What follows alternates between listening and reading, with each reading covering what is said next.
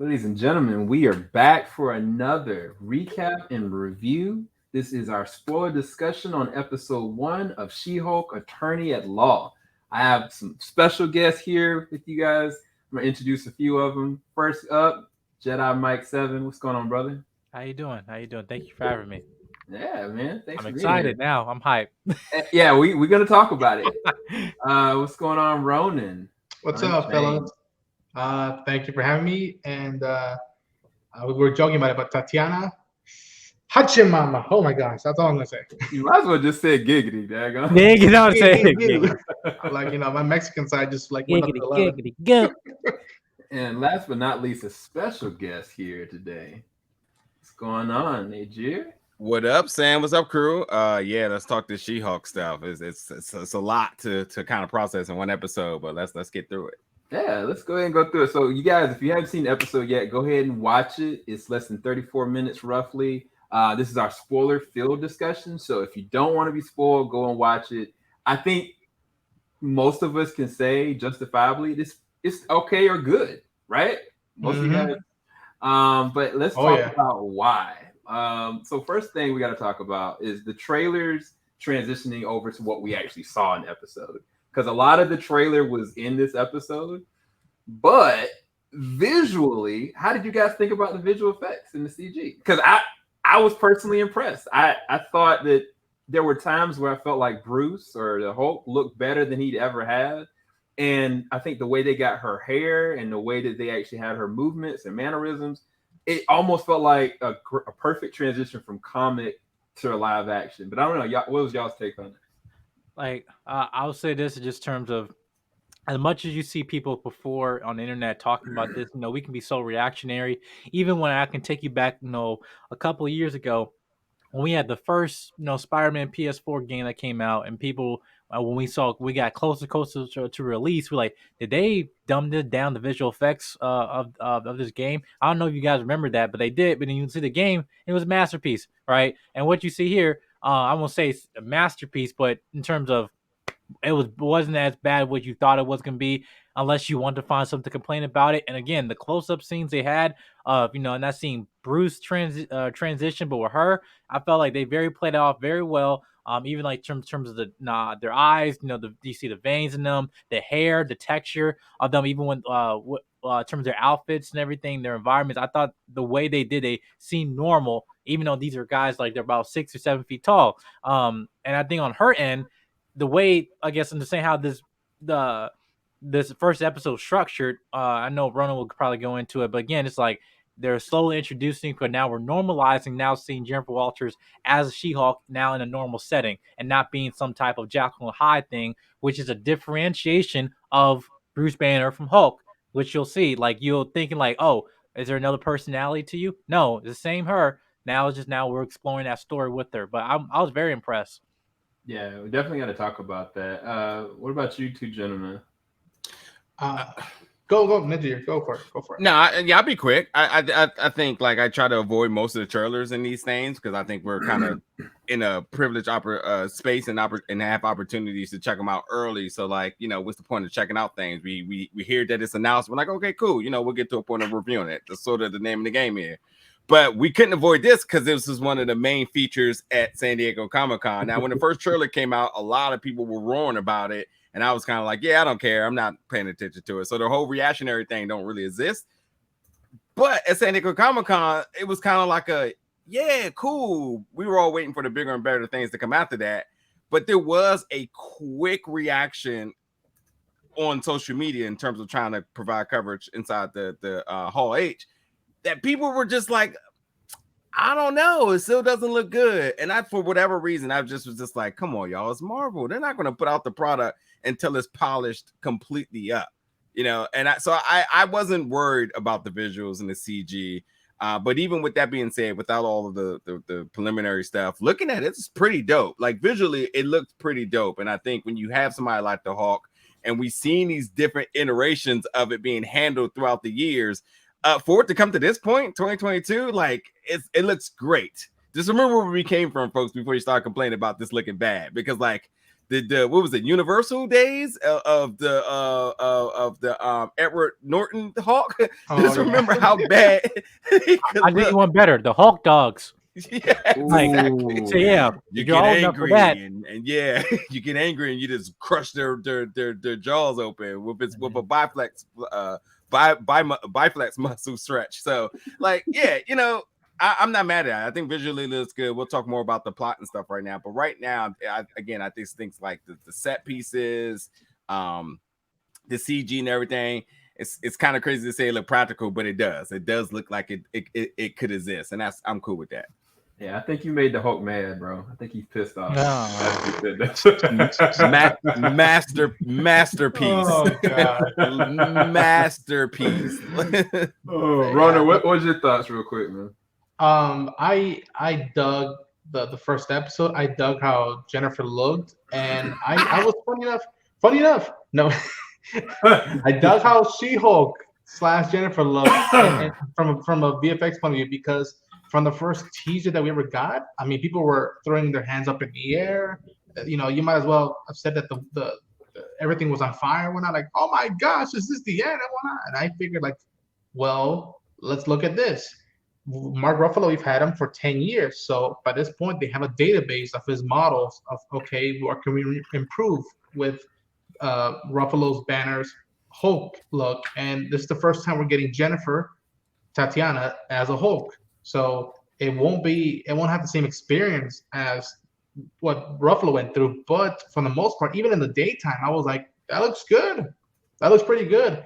And people are going on about the VFX stuff. Know that for the past few months, there's been the reports of that, like, the VFX artists don't have the best conditions and time frame to deliver good stuff that will hold up, not just now, but hopefully years to come. So you have to take that to account. And I mean, just the looks of it. I mean, anytime we were in the daytime, I was like, it looks good. Nothing feels funky. Like you guys said about the hair stuff, it flew fine. And coming from that era of the 80s when this comic book was made, it just jumped out of the screen to me. And yeah, I can't wait to talk about the rest of the episode, because I was hopeful. I wasn't ready to throw my hands up the air and pick up torch forks and be like, how dare they? You know, finally they screwed up. Like, no, let's see what this presents to the MCU, and hopefully it's a good addition to it, and you want to follow this character. Yeah.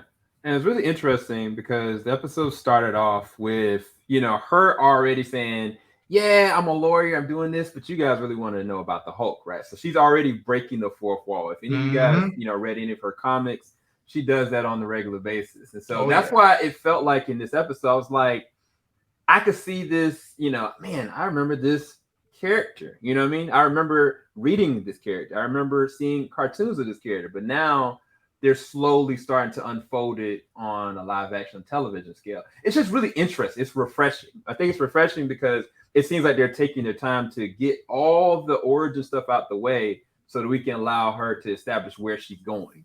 But one of the things that happens that was different from the comics, and Jedi Mike, I know you want to chime in on this, is the way that she ends up becoming the Hulk. In this episode, she's kind of traveling with her cousin.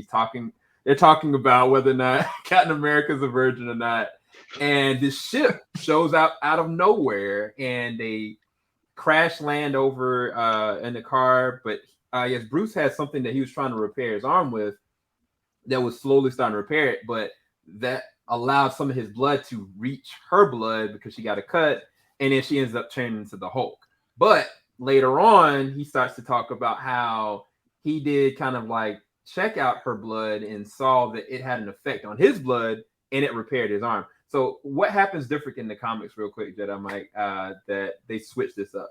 Hey, can I jump in there really quick before you say something? You mentioned about her speaking about, y'all want to know the story about me becoming a Hulk. That's something we haven't seen in Marvel, is she's breaking the fourth wall. And I'm interested in terms of why they're taking this approach with this show. And I got a chance to talk to Amy, who is the composer for this.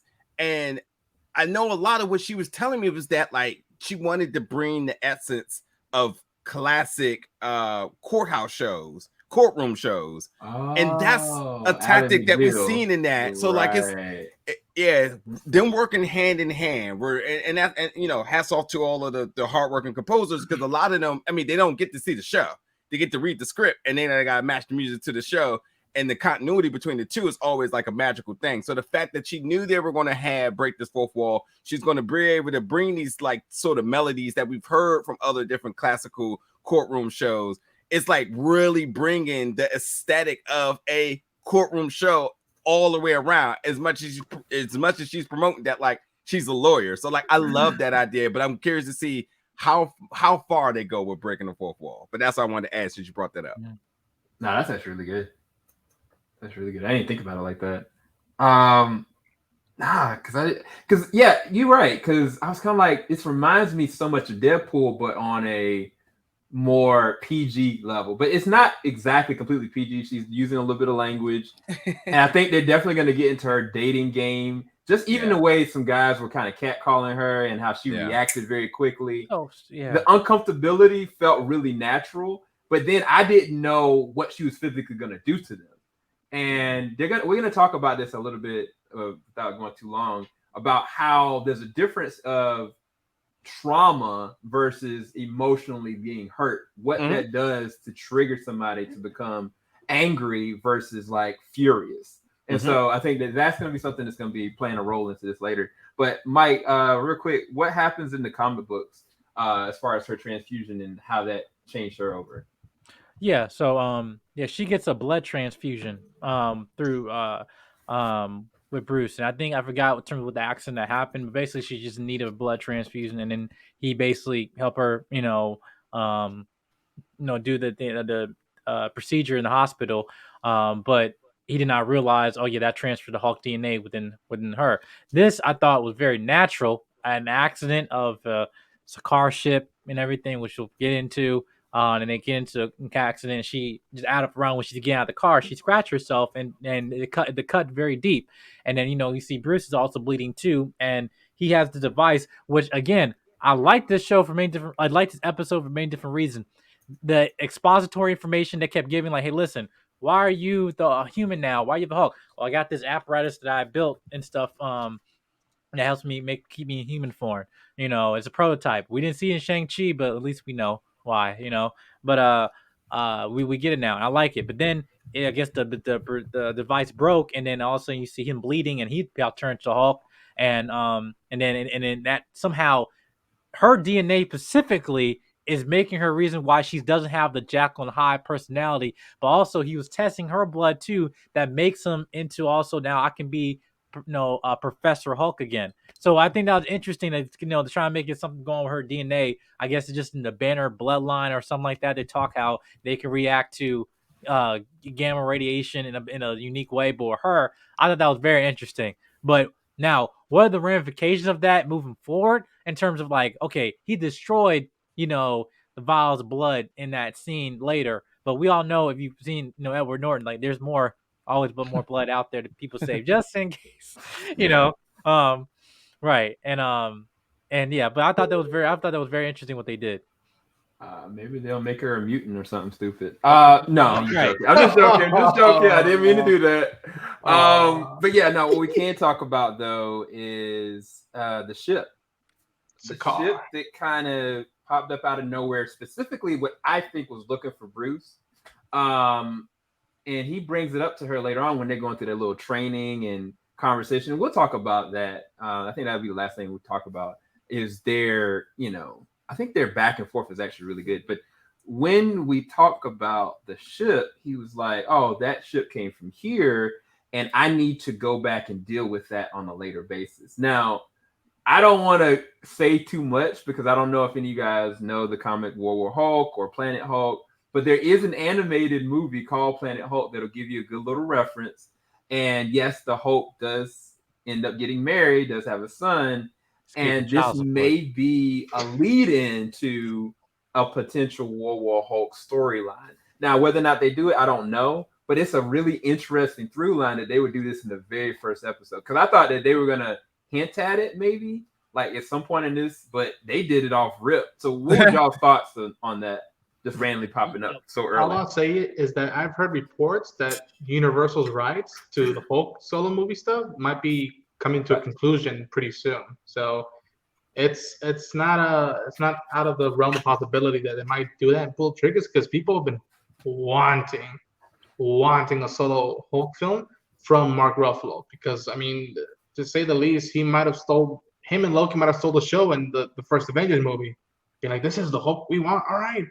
And I've always been a bigger fan of the Jekyll and Hyde realm, where he loses his, excuse my language, he loses his shit and he can't control it. I always prefer that Hulk version, but at this point in the MCU, it's a progress and evolution to where he can go. And yeah, funny enough, the Sakaar image, it had come out about a few days ago. I don't know if it was the reason TV spots or trailers have been revealing it, but I was like, that looks like the Grandmaster ship from Ragnarok. So what the hell does that imply?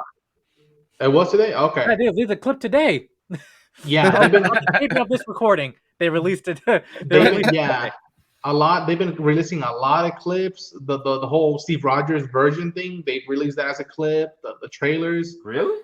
Yeah. Oh yeah. Man, y'all be on it. I ain't see any of this. I've tried my best to stay away, but it's social media gonna blow it up and whatnot. But I like that there's still that element from the past, even though this is Jennifer's story.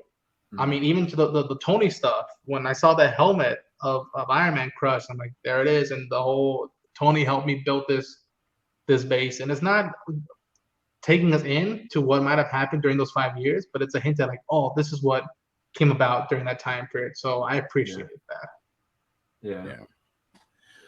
Yeah, I feel like, honestly, they felt like cousins. Family, yes. You know what I mean? I bought it. I think that's the thing. It's like, it's not just they had acting chemistry. Like, their back and forth banter seemed really natural. It was actually pretty funny. Even when it kind of became a little cringy, it still like went and landed.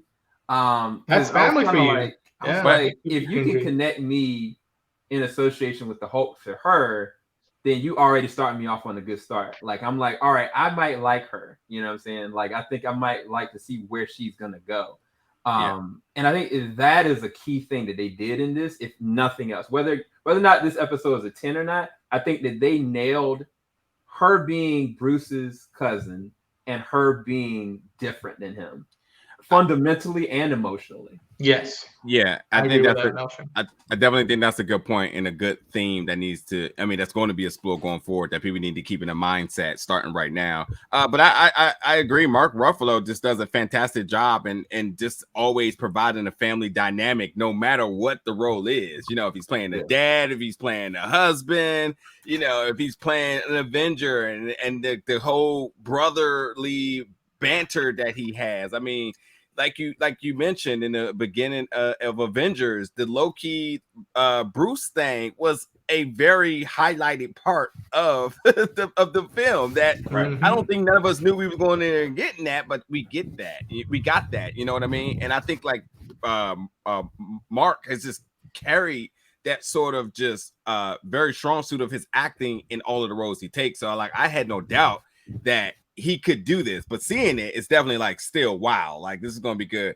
I hate to like really jump really forward right now, but like with the news coming out of San Diego Comic-Con, I mean, how can you not be excited for the Thing and Hulk interactions? Like right now, you know they're going to be crazy. Like this is the second dosage now in the MCU of him, and you can even add Tony, but like this is like another good sample dosage of like when you add him in either a buddy cop, best friend, or family role, like it gets out of hand. And like I think that like the Thing and Bruce, whoever they cast as a Thing, you got an easy job because Mark is going to carry it. Like without a doubt, you're going to be okay. You're going to be protected. Yeah, we're going to need that queued up. I think it's in phase 5. I don't know. We already got the phase 6 already announced, but.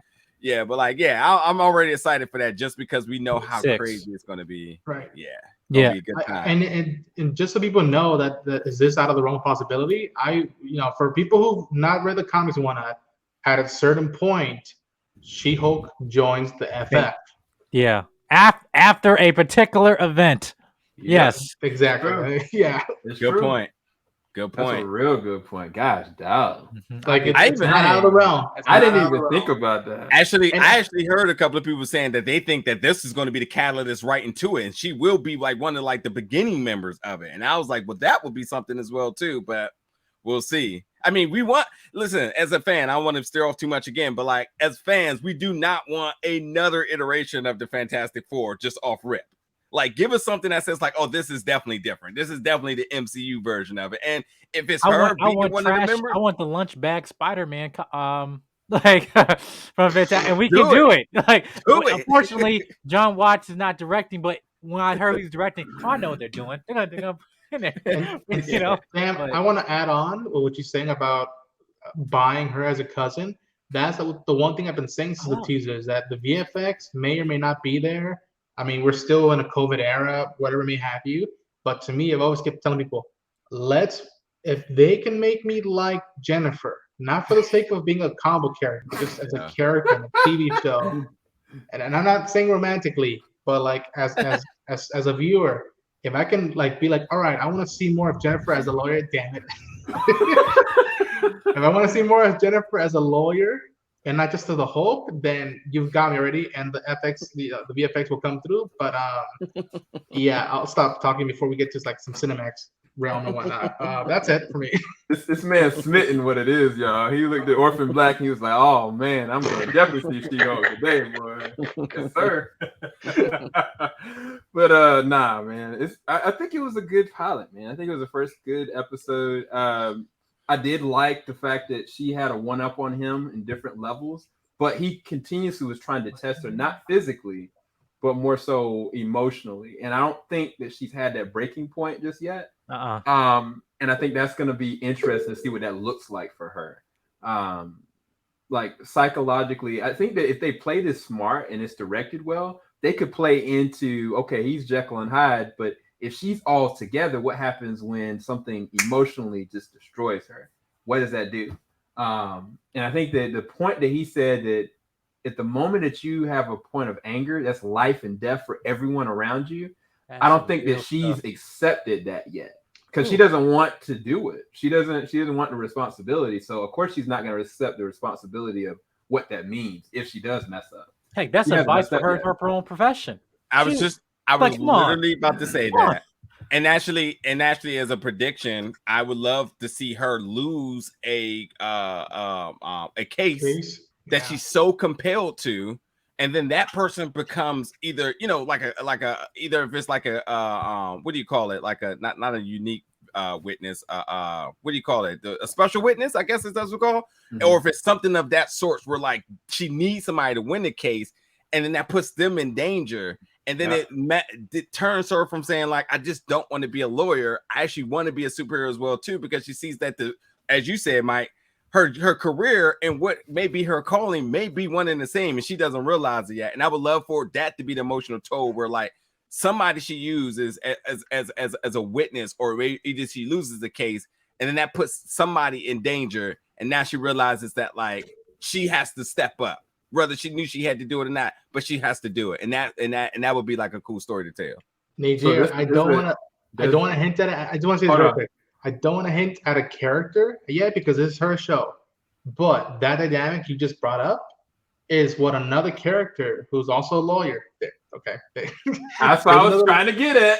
There's another lawyer who also struggles with that. It's like what's the limit in the court, and then what's the limit outside of the good you could do? Or the guy he was in this that quick. And who also think about this? These are two. And I love this show, like the concept of it. Because we also, as we heard from the directors of the show, he's not going to be a cameo. Or at least when they get introduced, but you have one person who is a meta or whatever, a enhanced person who's also trying to control her anger, but he also using her profession to the best way to her ability. But yeah, you also have a lawyer with his disability actually become his advantage because also he can tech people's heart to tell if they're lying. And let's say if they're put against a case against each other, I think will be interesting. That'll be on. Yeah. I think that'll be interesting. Come on.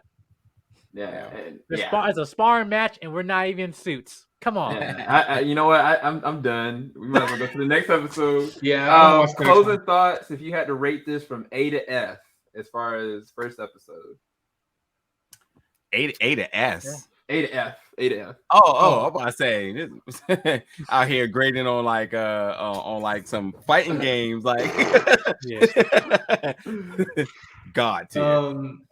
I would go either B+ or A- for me. I think the reason why it's not going all the way as A+ is just because of the length. And it was good. I had fun with it. Nothing dragged. Nothing felt out of place. It's just that's how you know I'm intrigued with the show and the characters that I want to see more. So it's not the worst thing they put out.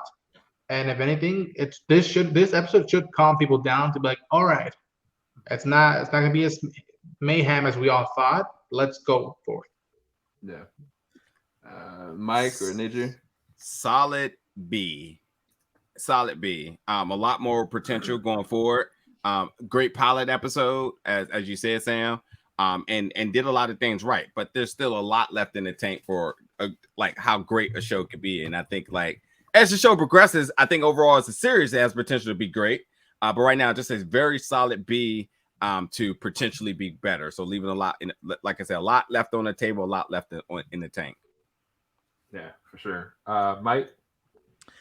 As a pilot, I'm saying I'll give it an A- because anybody can be assigned to watch a pilot. But I think episode 2, I think that's what we're waiting for. That's why I'll make my decision where I'm saying we'll keep it as A- or B. But even as the first episode, I even love the end credit scene. That means like this was good. Like WandaVision's felt like first episodes, you felt okay. Oh, I wanted more, but felt I wasn't satisfied. I was satisfied with this first episode, even the ending. Like it's like it was fun, but I want to watch the next one. And so I would say A-. Yeah.